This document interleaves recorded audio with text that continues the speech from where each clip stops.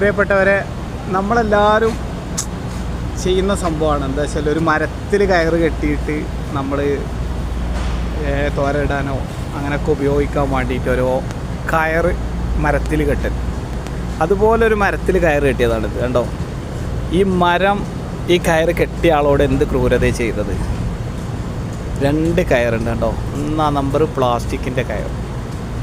അത് കെട്ടിയത് കുറേ മുന്നായിരിക്കാം, പക്ഷേ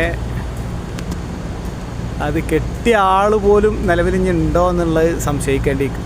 കാരണം അത്രയും വലിപ്പമുള്ള മരമായിട്ടുണ്ട്. ഇന്നും ഈ പ്ലാസ്റ്റിക്കിൻ്റെ കയറ് ഇതിന്മേൽ ഒരു എന്താ പറയുക, ഒരു ബാധയായിട്ട് ഈ മരത്തിനെ കൂടിയിരിക്കുകയാണ്. പക്ഷെ മരം അതൊന്നും വക വെച്ചില്ല. ആ മരം നല്ലോണം പന്തലിച്ച് തന്നെ നിൽക്കുന്നുണ്ട്. പക്ഷേ ഈ കയറ് കണ്ടോ, ഇത് നമ്മളൊക്കെ ശ്രദ്ധിക്കുക. നമ്മളെ ചുറ്റുഭാഗത്തുള്ള മരത്തിന്മേലൊക്കെ നമ്മൾ കയറ് കെട്ടാറുണ്ട്. അത് നമ്മൾ മൈൻഡ് ചെയ്യില്ല. ചിലവർ കമ്പിയാവും കെട്ടാറ്. കണ്ടോ, ഇവിടെതാ കാണുന്നുണ്ടോ, ഇതൊക്കെ പ്ലാസ്റ്റിക്കാണ്. ഇത് ഒരുപാട് ചെറുപ്പ ടൈമിൽ കെട്ടിയതാണ് ഇത് സംഭവം. ഉണ്ടോ അതിൻ്റെ കട്ടിങ്.